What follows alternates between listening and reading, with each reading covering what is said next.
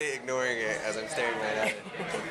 All right, we're here with Mike Cahill, whose second film, I Origins, premiered here this week at the Sundance Film Festival. Hi, everybody. This is we're talking to the playlist. Oh, to the playlist? Yeah. Oh, that's awesome. Yeah. I love the playlist. Awesome. We love on you. my tabs. It's like my third tab on my browser. Yeah. Wow, that's awesome. Yep. Well, congratulations. So the film's been amazingly received. Everyone's talking about it. That's really amazing. Everyone's talking about it. And it played so well in the room, which is great. So thank you. How are you feeling? I feel relieved. I feel so excited. You know, you make these things in isolation. You work. I mean, you work with your, the brilliant. I have a brilliant cast and brilliant producers. You know, you're working in isolation, and there's that moment where it meets an audience, and you have no idea. Like, we were trying to achieve something so hard to articulate by the end of the film, like this thing, yeah. And you never know, it can work for yourself as an artist, but you don't know if people are going to think it falls flat, and so it was a relief to have that experience and to feel that warm reception. It was awesome. So tell us about how this film started. Where did the idea come from? How did it develop? I know I was just talking to Michael Pitt, and he said it was a very kind of quick process once you got involved with it. But tell me about it. Well, the conception of the idea was from a very, very long time ago, but I was always obsessed with eyes. I think eyes are this wonderful marvel that we often take for granted, but everybody has unique eyes. They're these magnificent universes if you look at them closely. And so I want to tell a story that's very, very romantic and explores love through a scientist who studies the eyes. And when I met Michael Pitt in Brooklyn on a general meeting, and really we were just gonna say hello, and I was so completely captivated by his energy and by his emotional intelligence. And prior to that meeting, I had such high respect for him as an artist, because he's always made bold and fearless choices in the roles he does, and in the micro choices within a performance. But I didn't go into the meeting necessarily with a movie or a project, and he didn't go in with a project for me. But right in the room, basically, I pitched him this story that wasn't yet a script. It was just a 15-page treatment synopsis, and thankfully he loved it, and we basically started working together the next day. And only a couple of weeks later, I had a script, and then we started workshopping. How did you write that? How do you write that fast? Well, it was totally a challenge, actually. I mean, a challenge by him to me. He. Oh, I see. Like I'm very competitive, I guess, maybe. No. And he had said that Gus Van Sant was very, very talented at writing scripts quickly, if need be, but I could write a script in a day. And I was like, in a day? So it took me about a week to get a rough draft. But the creative process is an interesting one. Once you tap into that thing, it really comes on flowing out. And if I could write a million miles an hour, hopefully you'd write a film in 2 hours, because that's how you experience it. And then, there's refining, and there's layers and layers and subtext. But once you tap into that, it comes out pretty quickly, for me.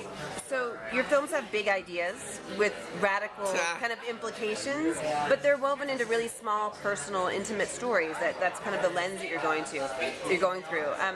Is that the best way to tell stories, like through relationships? What do you? Well, I think I have a lot of opinions about the art world and where the art world has been and where it's going. Like, pre-modernism was all about beauty. Modernism was all about truth in art. And postmodernism was sort of began in earnest with Blade Runner and these sort of like collage and pastiche films.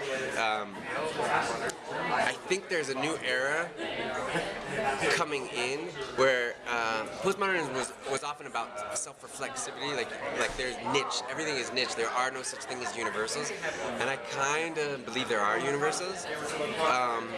And unfortunately, that could come across as cheesy if you go too far in earnest. But I like to walk right up to the line to find something that may connect with all of us, or at least the big existential questions we wrestle with as humans. So that's what I'm interested in. yeah, I mean, so and what fascinates you about the tension between faith and science? And to me, I kind of feel like the trick for you is that you don't necessarily see them as opposites. Opposites, right? No, they're the same thing. Right. So they coexist, and that's what makes life interesting, is figuring those things out. But I think the further if you stay on top of the things that are happening in the scientific world, which is like string theory, the idea of multiple universes, if you get down to like objects existing in simultaneous places at once, or if you, the ability to clone, for example, or like. Where science seems to be leading is to a place that perhaps some spirituality is already at. That people have found through intuition, scientists are finding through reason. And I think they're far enough in the future, perhaps not too far in the future, they'll actually find out they're land in the same place. I don't think they're that different, honestly. I don't know. There's a great book called Flatlands. Have you ever read this book? It's like such a nerdy book for like mathematicians. I loved it when I was in high school, and it was about a two-dimensional dot that meets a sphere. Okay. Okay. Two-dimensional dot meets a sphere. Yeah. Or not a two-dimensional dot, a two-dimensional line. Okay. That meets a sphere, and the sphere is in 3 dimensions, right? And so it can move up and down on the plane of existence, and changes in shape, and can move off the plane of existence and disappear. That's the kind of stuff I'm into.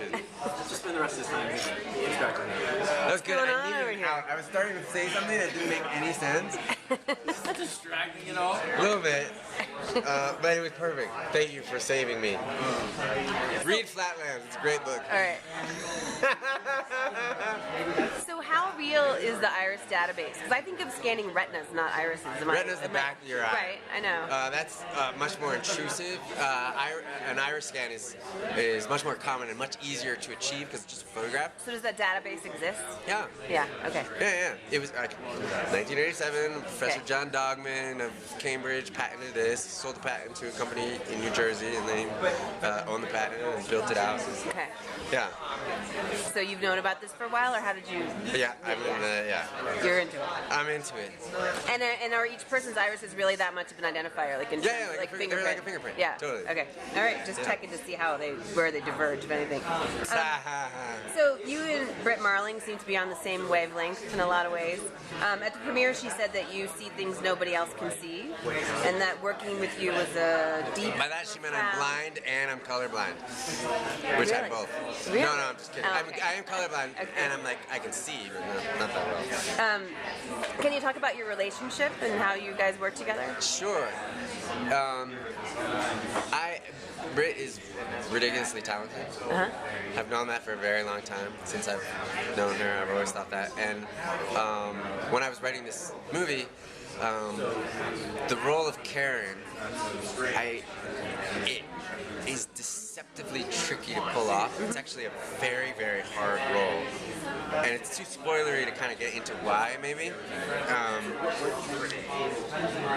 But she has some heavy lifting to do as an actor. And I knew Brit could pull it off because I know how talented she is. So I was just like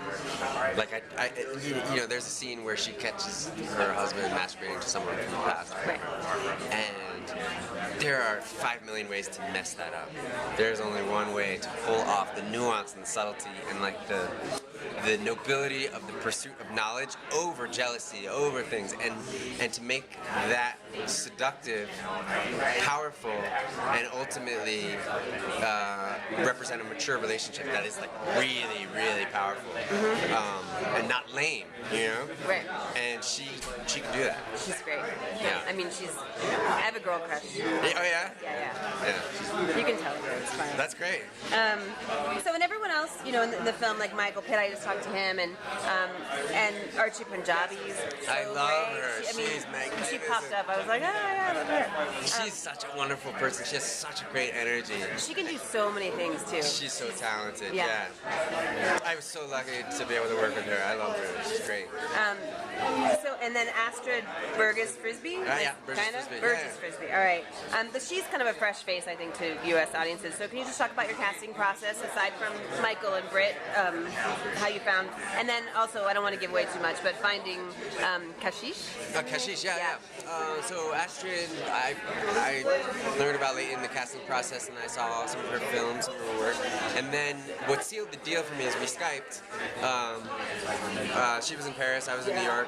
We got on Skype, very modern, and we chatted for a few hours on Skype, and she just had that very specific thing I was looking for. I knew it right away from that one Skype call. And I think on that Skype call, by the end of it, I was like, will you play the part? I would love to do this. And she read the script, and thankfully she liked it. And, you know, she has this wild child energy, this spiritual sort of connection. She plays a character that's very different from Michael's character, Ian Gray, who's more analytical and scientific and fact-based. She plays this woman who's more in touch with the ether, or, you know, and Astrid, you know. So tell me about her eyes. Was this separate from the eye thing? Oh, no, so that was like the icing on the cake. You figured that out later? Okay. I saw it in a photograph, and I was like, whoa, that's crazy.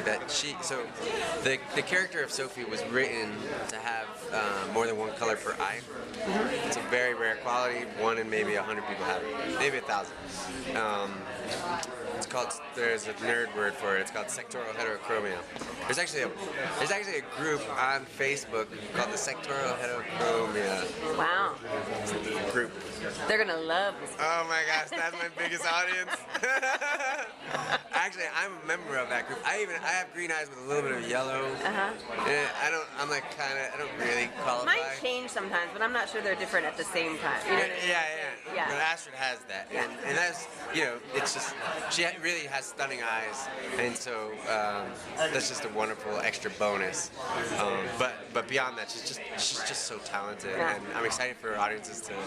There's more audiences. She already has a big following, people who love her. Right. But to see that grow, U.S. audiences are gonna, So the film goes all over the place from New York to India. Did you go to Boise, Idaho too, or was that faked a little bit? We went to Boise, Idaho. We went to Boise, Idaho. All right. Diner's there. Is the diner there? Maybe. Okay, we'll have to check. It was all set, actually. It was all soundstage. Oh, it was? No. We put the trees in and the snow. It was extensive work for our production designer. I can't give away all our secrets. All right. Well, tell me about going to India. Going to India. Had you been before? I went in pre-production. Okay. I had written this story based on research and things that I've like uncovered online and read about in books. Can you talk about it? Talk louder.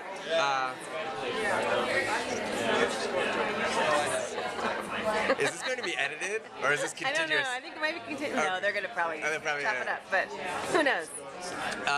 So I went in pre-production, and we, location scouted. We worked with great production companies in India and production teams who really guided the process. Really wonderful people who've been through it, and we had to pull off some pretty major things with major gear, 70-foot techno crane. Shot a scene with 10,000 extras. Like it was big. It got big. And that's quite different from Another Earth. So how about?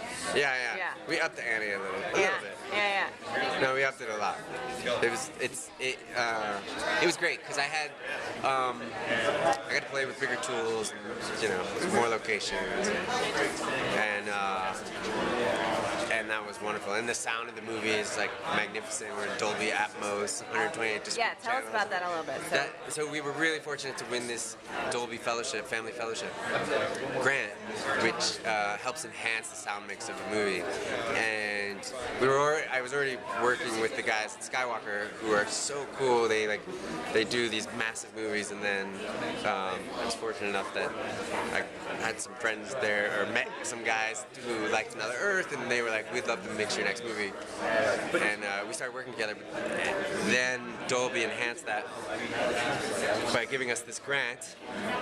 And what that allowed us to do is our mix is one of the biggest mixes in cinema. We had more objects in sonic space than any film ever. Our mix is big. It's like the regular movie has 5.1. You know? Okay. 5 speakers, 1, 2, 3, 4, 5, and a woofer, subwoofer.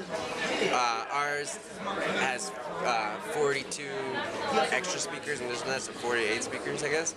Woofers all the way around. It's a new technology that Dolby invented. So is this the first film that's used it? This is the first indie film. The films that have used it are Gravity, Life of Pi, Avatar, Gotcha. Pixar movies, Brit. That's huge. Yeah, it's huge. You have to be in the $100 million club to get this treatment. And our movie cost about $90 million, so you know. You were close. We were close. It sounded amazing. It did sound amazing, Really didn't did it? sound amazing. Yeah. And then what about New York? You location scouting in New York. Was that White Peacock at St. John the Divine? Yeah, it is. Do you live in New York? I do. Yeah. I live in Brooklyn, yeah. But I used to work right across the street from the I live in Brooklyn too. cathedral. Oh, cool. Oh, really? Yeah, so I knew that that white about the peacock is peacock. there. His name's Fred. I think it's yeah, it's a dude. Because the dude The dudes peacocks are the pretty peacocks. are the ones with Yeah. the wild tails. Yeah. I think his name is Fred, and he is at St. John the Divine. And that is another weird coincidence because I wrote that in the script, and then later one of our associate producers found. You didn't know there was a White Peacock in New No, York? I didn't. Oh my god. We were gonna hire a wrangler to like bring in a white peacock, Oh my god. but then we found that there was one there. That's nuts. Yeah. I could have told you. Well, why didn't you tell me?